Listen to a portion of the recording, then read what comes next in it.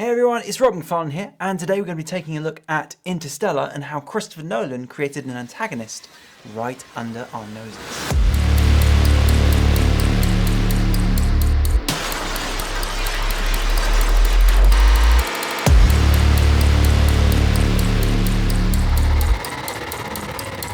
Guys, spoiler alert, definitely going to be spoiling the story for Interstellar today, so if you haven't watched it, I thoroughly recommend it. It is a brilliant science fiction film. Some links below if you want to go and watch it. You knew this was all a sham. You left us here to suffocate. I just want to know if you left me here to die. I have no idea what she's talking about. I do.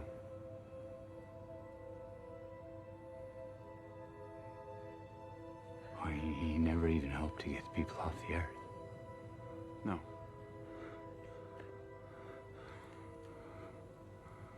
But he's been trying to solve the gravity equation for 40 years. Amelia, your father solved his equation before I even left. Then why wouldn't he use it? The equation couldn't reconcile relativity with quantum mechanics. You need more. More what? More data. You need to see into a black hole. The laws of nature prohibit a naked singularity. Romley, is that true? If a black hole is an oyster, then the singularity is the pearl inside. The gravity's so strong, it's always hidden in darkness, behind the horizon. That's why we call it a black hole. I love what Christopher Nolan has done with this film by bringing extremely complex scientific concepts to a wide audience and being able to present those ideas and concepts in a way that doesn't dumb them down, but also doesn't leave vast swathes of your audience behind. But what really makes Interstellar really special is the way in which he deals with his characters. Each character has their own motivations behind being on this mission. And what we see in this particular scene, even though we're 2/3 of the way through the movie, this is the first time we get a manifestation of an antagonist. So we have 4 of our crew members in this pod, and they receive news from home that their mission has been a sham. It's been a disguise for an ulterior motive. Now, what's beautiful about this is this actually immediately puts the 4 team members into 2 separate groups. One group is the scientific or rational side of the argument, and the other side is the emotional side of the argument. By pitting these 2 different perspectives against one another, we really start to understand why each of these characters are doing what they're doing. You never would have come here unless you believed you were going to save them. Evolution has yet to transcend that simple barrier. We can care deeply, selflessly, about those we know, but that empathy rarely extends beyond our line of sight. But the lie. Monstrous lie. Christopher Nolan has also used some very terrifying, tense music. This is the first time he's actually used this music in the film, and there's a good reason why he's reserved this soundtrack for this particular moment. This is not just the destruction of their beliefs in this mission, but it's also setting up Matt Damon, or the new scientist, as the antagonist. He also echoes the beliefs of the man who just betrayed them. He posits the argument that human empathy rarely spreads past our line of sight. Now, the incredible sacrifice is being made by the people on Earth. They're gonna die because in his arrogance, he declared their case hopeless. I'm sorry, Cooper. Their case is hopeless. No. Even in the face of the facts of their mission, we get the 2 sides of the argument. One is the pure science, this is what we know, and therefore our restrictions are this. Whereas the other side is the argument for hope. The argument that we don't know everything, we don't know all of the answers, and that there is still hope to save humanity. Each side sets up very nicely what will become the major point of conflict, pushing us towards the end of the film. No, we are the future. Cooper, what can I do? Let me go home. Through this whole scene, Christopher Nolan is pushing in on each and every character as the realization of this information sinks in to each person's motivations and character. All of their choices up until this point has been based on a certain level of understanding. However, for Cooper and the female scientist, they both are now in a situation where their motivations, their beliefs about this mission have been utterly smashed. We get to witness it from initially wider shots, and then as we get closer and closer and closer to them, we also get closer to the other side of the argument as well. Christopher Nolan is trying to tell us here that there is always two sides to an argument, and both sides may have validity.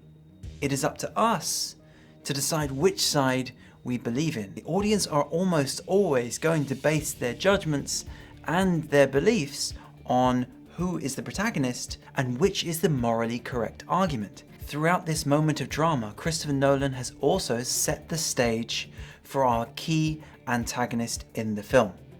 Matt Damon plays a scientist whose bravery and knowledge is recognized throughout the film by various characters. So Christopher Nolan has set him up to be almost a hero in himself, yet we're only getting to meet him now. But what's key here is he sets up how our protagonist, played by Matthew McConaughey and Matt Damon, have very different perspectives on the right solution. The truth is, I never really considered the possibility that my planet wasn't the one. Nothing worked out the way it was supposed to. Let's go.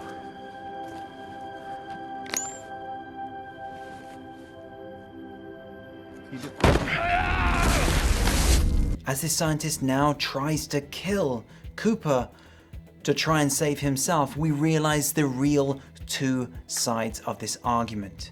One is that Cooper went out to save his children, whereas this scientist wants only to save himself. His argument here is so beautifully nuanced because we realize that everything that the scientist had said before this point is still true to his character. It is just that he always covered up that selfish side to his argument. It isn't until he's in the situation where he's trying to kill Cooper so he can get off the planet and back to Earth that he is willing to let the other character know, to assuage his own moral code, to assuage his own guilt. Whereas Cooper is able to fight and survive in this situation because he is not doing it for himself. As the scientist even says that you're willing to go that little bit further when you're fighting for the survival of your children, not just yourself, that is exactly what Cooper uses in the end to actually fight and survive this situation. I'm sorry, I can't watch you go through this. I'm sorry. I thought I could, but I can't. I'm here for you. Just listen to my voice, Cooper. I'm right here. You're not alone. They're both willing to do anything to achieve their goal. Cooper in saving his children and the people who are still alive on Earth, and the scientist who is willing to do anything to get off of this planet and go back to Earth. Both of them are based on primal human instincts. We understand both arguments and we separate them a little bit further. We already know from early on in the film that Cooper has so much courage and conviction to do what is needed to be done. And the scientist now can no longer watch the repercussions of his actions. He talks to him and even tells him, "I'm sorry, I can't watch this happen to you." Showing yet again how cowardly he is. And again, he's now putting them in two camps again. One, the coward's way out. What he's done is he has also lied. He's also given up. And this is at the core of Christopher Nolan's film, is that if we give up, we will lose everything. All right, hey buddy, why don't you give me a big deep breath?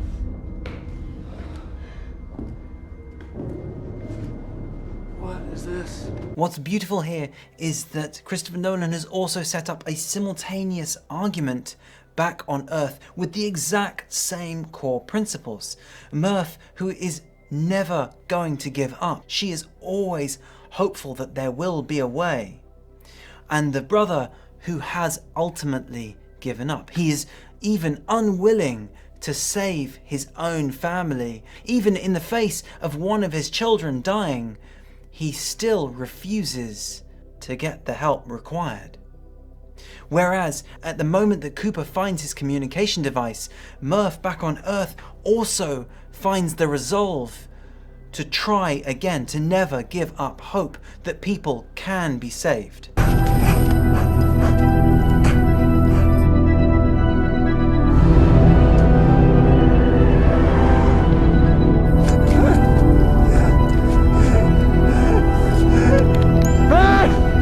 He's also spent 4 or 5 minutes now building us up into a huge crescendo. He's not let up. The beats, the pace of the music, the rising instruments has gotten louder and louder throughout this process, from even well before the actual danger occurred. He let us know that the danger was there. He let us know that we were actually going towards something that wasn't right, but we didn't know what that was yet. By jumping between these two battles that are happening on Earth and in space, Christopher Nolan doesn't just raise the tension, raise the drama throughout the sequence. He also doesn't change the music. We are jumping between two different places in the universe, but he makes it feel like one consistent argument, one consistent journey towards what he believes is the right way forward. He isn't done with fighting for hope. He's leading us into the final major conflict of the film, where each of the characters have to make difficult decisions.